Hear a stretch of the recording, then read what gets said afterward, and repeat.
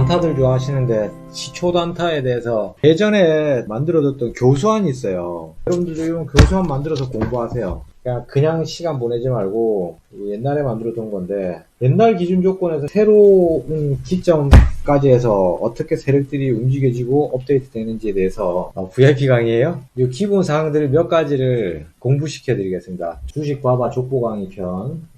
단타의 기본 조건에 대해서 공부하는 시간을 가져보도록 하겠습니다. 단타의 조건, 초보분들을 위한 내용이고요. 좀 매매를 하신 분들도 기본 조건에 대해서 다시 한번 정립하고 생각한다는 관점에서 보시면 좋을 것 같습니다. 단타의 조건에서 오늘 이야기할 부분은 시초가에 대해서 보도록 하겠습니다. 시초가 때리는데 중요한 거, 전일 종가 대비 시가 갭이 플러스 5% 이상 나오고 있는 강한 봉을 선택해야 된다. 그리고 전일 거래량 대비 70% 이상 거래량이 터진 거, 그리고 하지 말아야 될 걸로 중요 조건을 또 하나 넣을게요. 낙폭 과대의 시초 단타는 배제한다. 가바 조건식입니다. 그리고 횡보선에 있던 일봉의 흐름에서 외봉으로 어떻게 5일선을 뚫어 올리는 경우, 그리고 또 시초 단타에서 슈팅 라인 중에서 쉽게 여러분들 이미 알고 있는 세력선이라고 하는 볼린저 밴드 상단선, 위에 조건이 동시에 부합되면서 볼린저 상단선을 돌파할 때도 돼요. 볼린저 밴드 상단선을 맞고 빠지는 경우도 있지만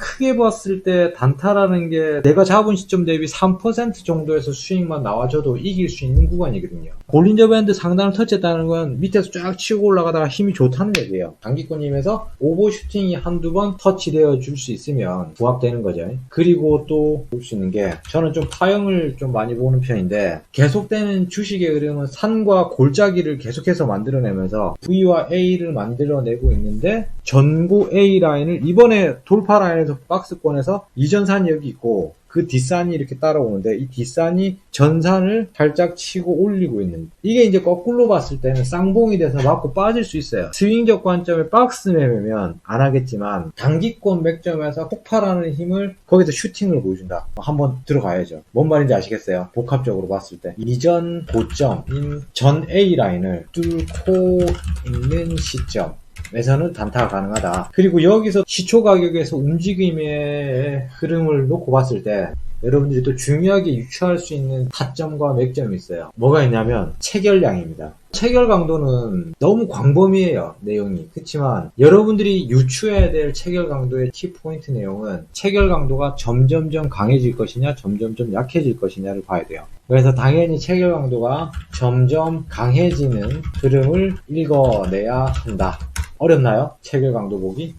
쉽게 일단 기본적으로 봤을 때 키다리 스튜디오를 현재점에서 보겠습니다. 체결 강도가 어떻게 돼요? 지금 방금 처음 봤을 때 우리 메모장 넘기고 체결 강도를 봤었는데 136이었어요. 거기서 바로 137, 138, 139까지 갔어요. 조금씩이지만 점점 커지죠. 그럼 이 와중에 단기권 흐름이 체결 강도 3의 차이가 났어요. 그러면 여기서 여러분들이 타점을 정할 때 전체적인 키다리 스튜디오의 흐름을 보았을 때 그 짧은 찰나에 이게 나왔어요. 타이밍을 놓쳤다고 봅시다. 방금 놓쳤잖아. 내가 얘기하고 있고 여러분들이 듣고 있고. 그러면 다시 다음 타점을 공략하려고 그러면 어떻게 되겠어요? 다시 체결량이 빠지는 걸 확인한 다음에 다시 터질 수 있는 구간에서 들어가야 되겠죠. 어디? 눌림목 자리. 물론 여기에서 쭉쭉쭉 치고 올라가 버려요. 여기에서 바로 치고 올라가서 전고점 라인을 뚫어 올리는데 140 이상으로 막 터지기 시작해요. 그럼 여기서 또 바르게 다시 한번 선택을 해야 돼요. 전체적으로 종목의 흐름을 읽어가야 되는데 단기권에서 체결 강도를 보아서 이 녀석이 더 치고 올라갈 수 있느냐 없느냐, 무엇을 봐야 된다? 체결 강도를 봤을 때 어떻게 봐야 된다? 이렇게 봐야 된다.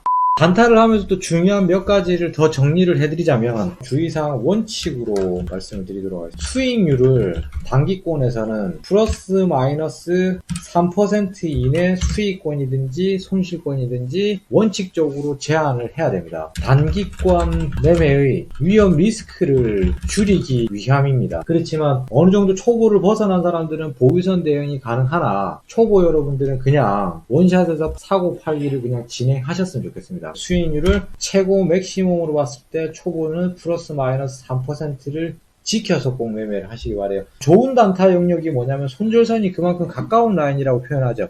이 라인을 이탈했을 때 더 갖고 갈 필요가 없는 맥점들도 있어요. 손실률이 뭐 마이너스 1.5 또는 마이너스 2% 이내에서 제한되는 경우들도 있죠. 이렇게 해서 꼭 원칙적으로 손실률이 나왔을 때 꼭 갈 것 같고 이 종목이 갈 것 같다고 하더라도 원칙적으로 이탈시켜야 되는 단기권 하락세에서는 손절을 꼭 잡고 가라. 그리고 단타를 칠 때 초보 여러분들은 상한가에 도전하지 마시기 바랍니다. 이게 나와요. 나오긴 나오는데 단타 치다가 상한가 한 2번 먹고 나서 그 다음에 단타 다 말립니다. 확률적으로 상한가가 하루에 나올 수 있는 개수가 많이 나오는 날 5개, 보통 장세에서 한 3개 정도 나옵니다. 2000 종목 중에 여러분들이 종목을 선택해서 상한가까지 끌고 갈 수 있는 확률은 굉장히 약해요. 수익률이 나올 수 있는 확률은. 그리고 주식을 이제 가져가면서 원칙적으로 여러분들이 단타를 하다가 끌고 가는 경우가 몇 가지 있는데, 단타를 하면서 홀딩이 가능한 맥점에 대한 몇 가지를 원칙적으로 그냥 정의를 하겠습니다.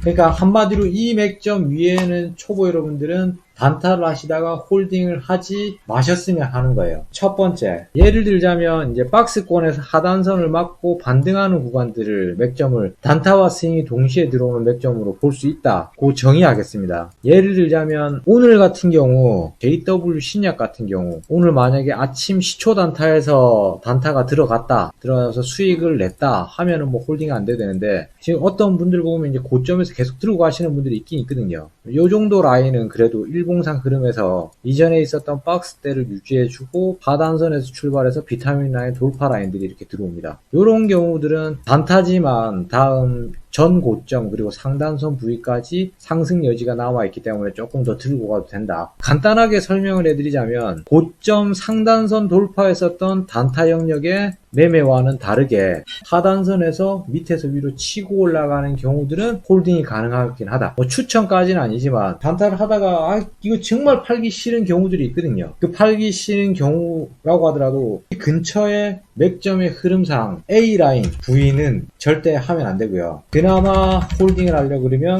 V라인만 홀딩의 여지가 있다. 그리고 또 한 가지 더 홀딩 가능성을 좀 얘기해 드리고 싶은 게 장기 평선에 매집이 되어 있는 경우들이에요. 그런 경우 단기 수급이 들어와서 이번에 변곡점이 터지고 그것도 마찬가지 밑에서 위로 치고 올라가는 흐름이 있을 경우 맥점들이 뭐 그에 부합하게 되는데, 뭐 그런 경우들은 241선의 지지를 받고 있고 단기권의 흐름이 뭐 15일선 이내에서 변곡 캔들이 들어온 경우, 이 경우 이외를 제외하고는 초보 여러분들은 단타 영역에서 홀딩을 하지 않으시는 걸로.